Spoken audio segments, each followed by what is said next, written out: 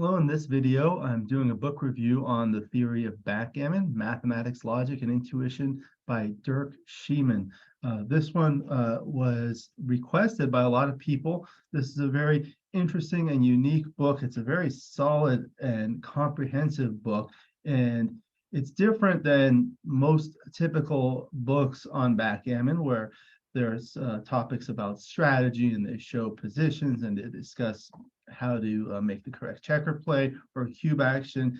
This is very much almost exclusively theory and why things are the way they are.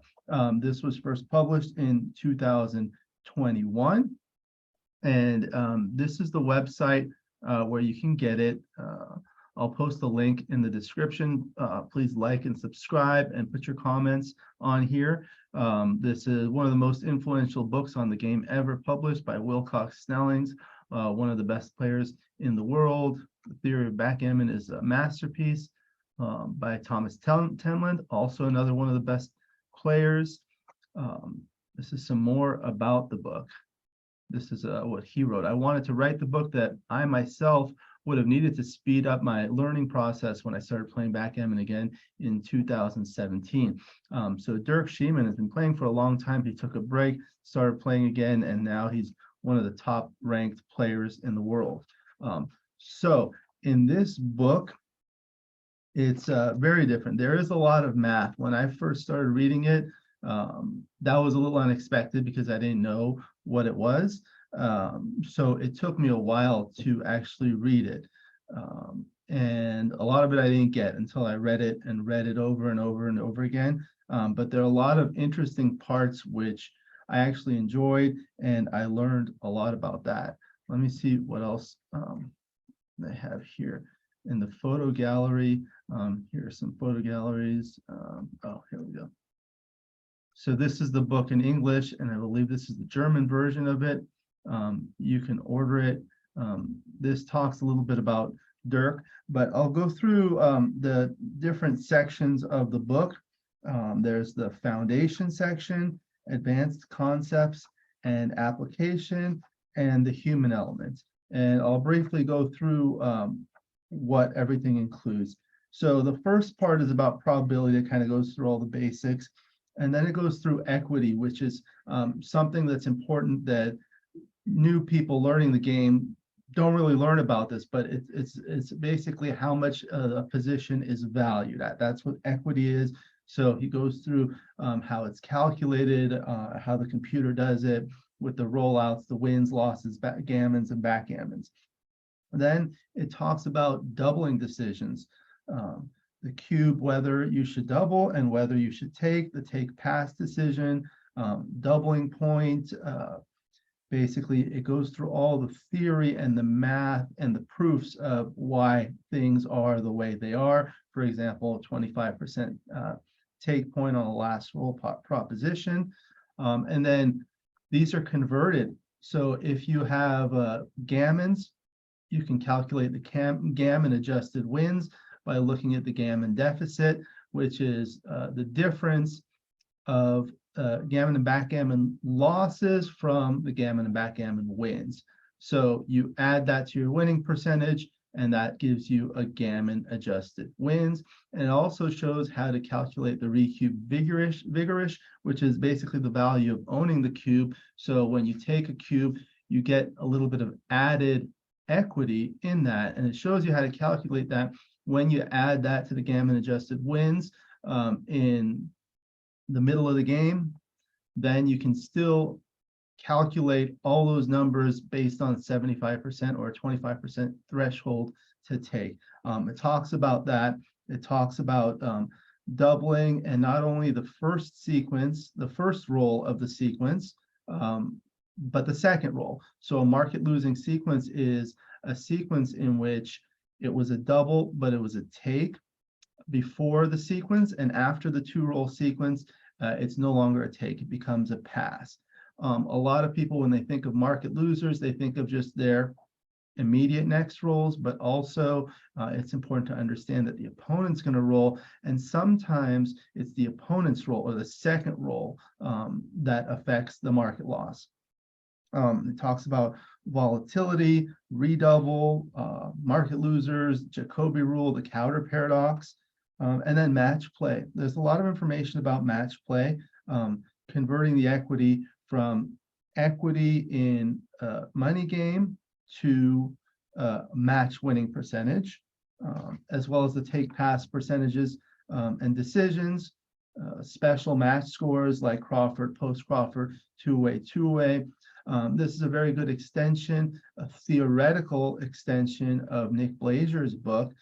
Nick Blazer does an outstanding job of including a lot of positions in matches that tell you, when to double, when to take at different scores. And this discusses exactly why. It doesn't have as many examples of positions, but it explains why.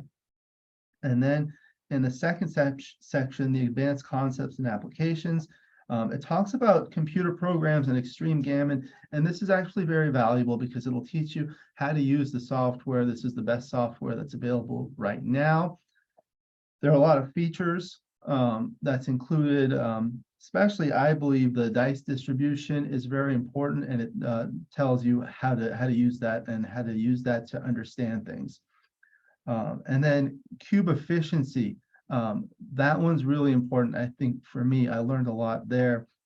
When you should double, what is an efficient double? An efficient double is a double that's on the take pass borderline. An inefficient double, on the other hand, is one that's on the no double borderline. So efficient doubles are very good. And that's basically kind of a theoretical explanation of Woolsey's law, which states that if you're not sure if it's a take or pass, then you should for sure double. That's kind of an abbreviated version of it.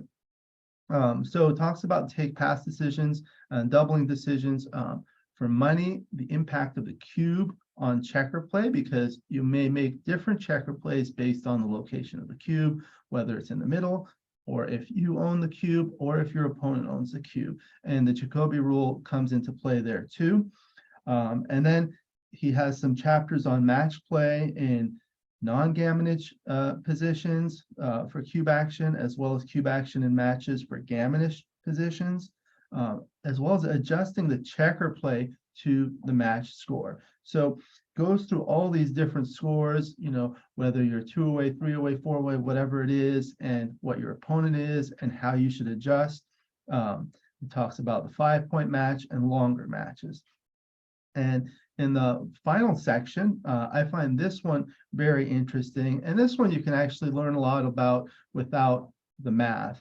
It talks about the human element, non-optimal play. So how to adjust your play if you're playing a stronger opponent, or if you're playing a weaker opponent, or if you know your opponent. For example, I know players that will take late. So sometimes I double later because I know they're going to take later. But if it's the other way, you can double earlier. And he talks about changes in cube strategy and exploitative play.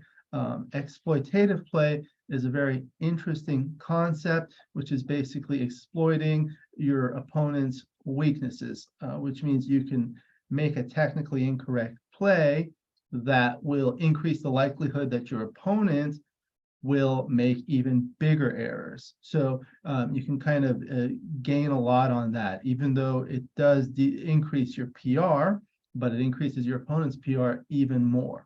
One example is the bluff double, when it's not a double, but the position looks so intimidating that you double and you get a pass out of it. And at the end, talks about tournament backgammon, single elimination tournaments, and a variety of different things. There are some exercises and questions at the end of a lot of the chapters.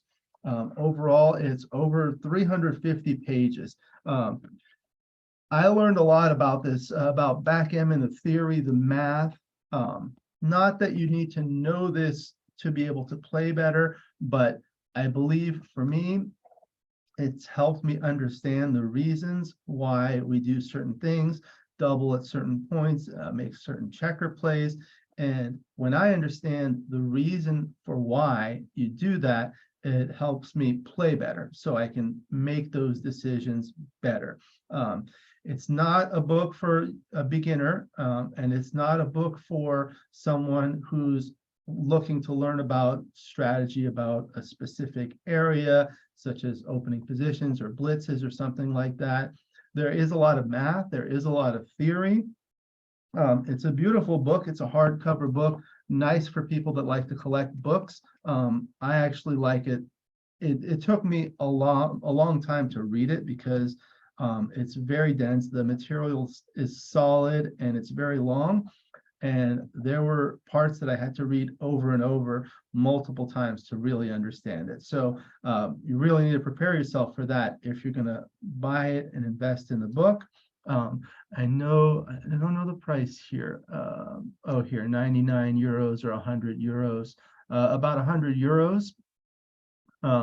So it is on the more expensive side for a backgammon book. However, the value that you get is huge. I tell people, you're spending $100 on a lesson or $200 on a lesson, you get a whole book for it. And people spend way more on equipment, boards, travel to tournaments, all sorts of things. This is actually a really good value, in my opinion. Books in general are very good value for me. So that's my review on the Theory of Backgammon. I really enjoyed the book. I actually have read it multiple times and continue to keep reading it, and I gain a little bit each time. Please let us know what you think in the comments, and we'll see you next time.